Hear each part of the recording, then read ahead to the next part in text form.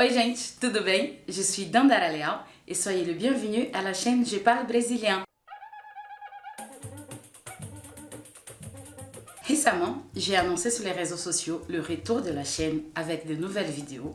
J'ai fait donc une publication sur Instagram où je vous ai demandé si vous aviez ressenti saudade de moi. Si!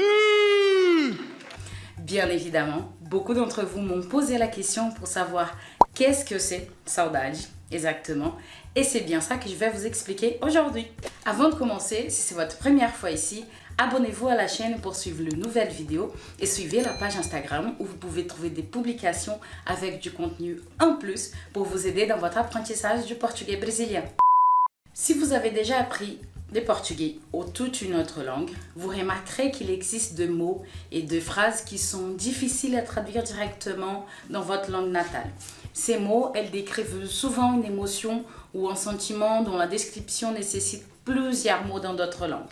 Moi, je trouve que ce sont des petites différences qui rendent l'apprentissage de différentes langues intéressantes et poétiques. Et on va voir qu'en portugais, saudade est un très bon exemple. Déjà, il est difficile de traduire complètement ce mot en français. Et pour information, il n'y a pas de traduction dans aucune autre langue. Mais saudade décrit un sentiment qui est familier à toutes les cultures. C'est un mot qui est très utilisé dans la langue portugaise, que ce soit dans la vie quotidienne, dans la littérature et surtout dans la musique.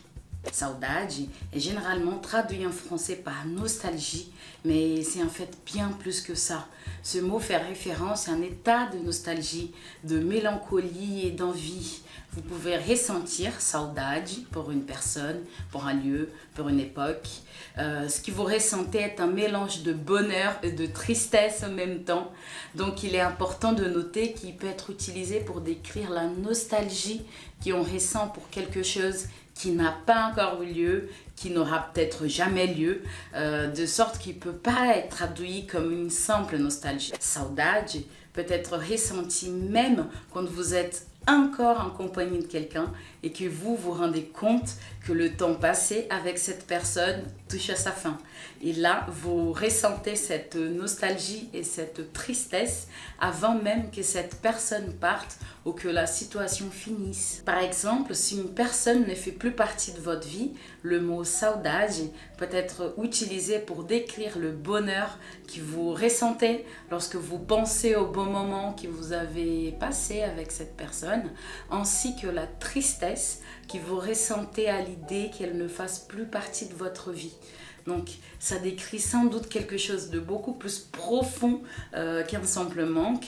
Il s'agit d'une forme d'incomplétude.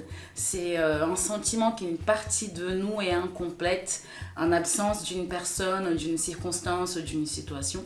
Donc, c'est beaucoup de sentiments mélangés au même temps. Le mot saudade, en portugais, il peut être utilisé avec plusieurs différents verbes. Par exemple, eu tenho saudades do Brasil. Eu tenho saudades do Brasil. Ou eu sinto saudades do Brasil. Eu sinto saudades do Brasil.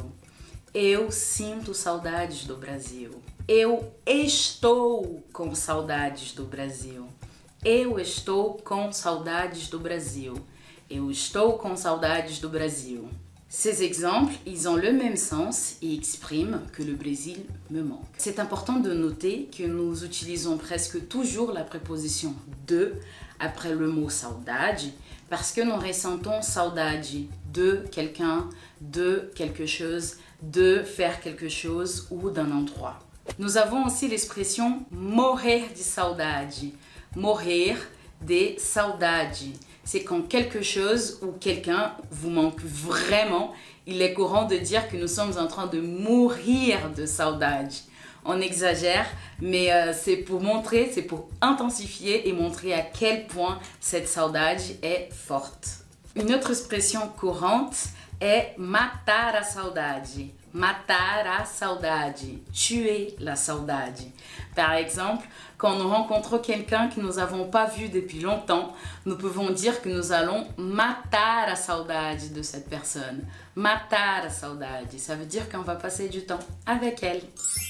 Et voilà, ça sera tout pour aujourd'hui. J'espère que cette vidéo vous a plu, que c'est un peu plus clair le sens très large et très mélangé de ce mot. Si vous avez aimé cette vidéo, laissez un petit like. Dites-moi en commentaire de quoi ou de qui vous ressentez saudade aujourd'hui. Et je vous dis até a próxima. Tchau, tchau!